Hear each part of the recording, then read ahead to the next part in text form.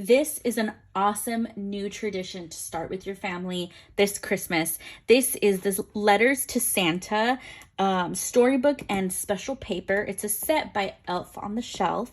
Honestly, even if you and your family don't do the Elf on the Shelf thing during the month of December, this is still a really fun tradition to do. It comes with the book. And in this book, which you can incorporate into this project or not, we kind of really don't.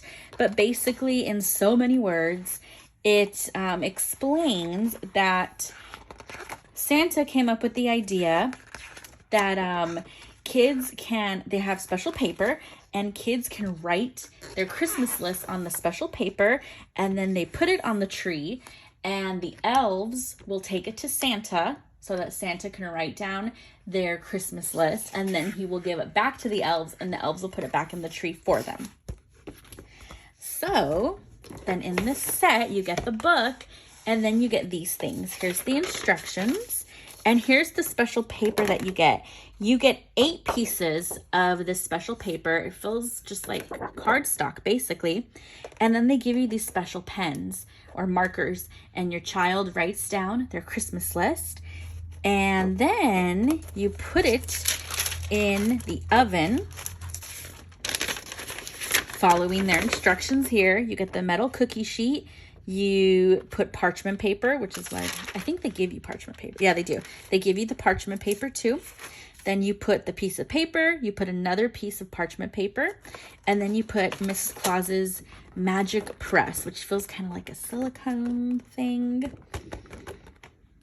And you put that in the oven for 3 to 5 minutes.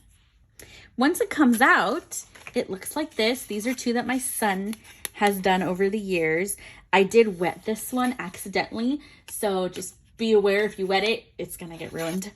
The marker smeared. But as you can see, the paper, when it comes out of the oven, it comes out hard like an ornament, and it's really cool that they also give you the ribbon, and then you can tie it.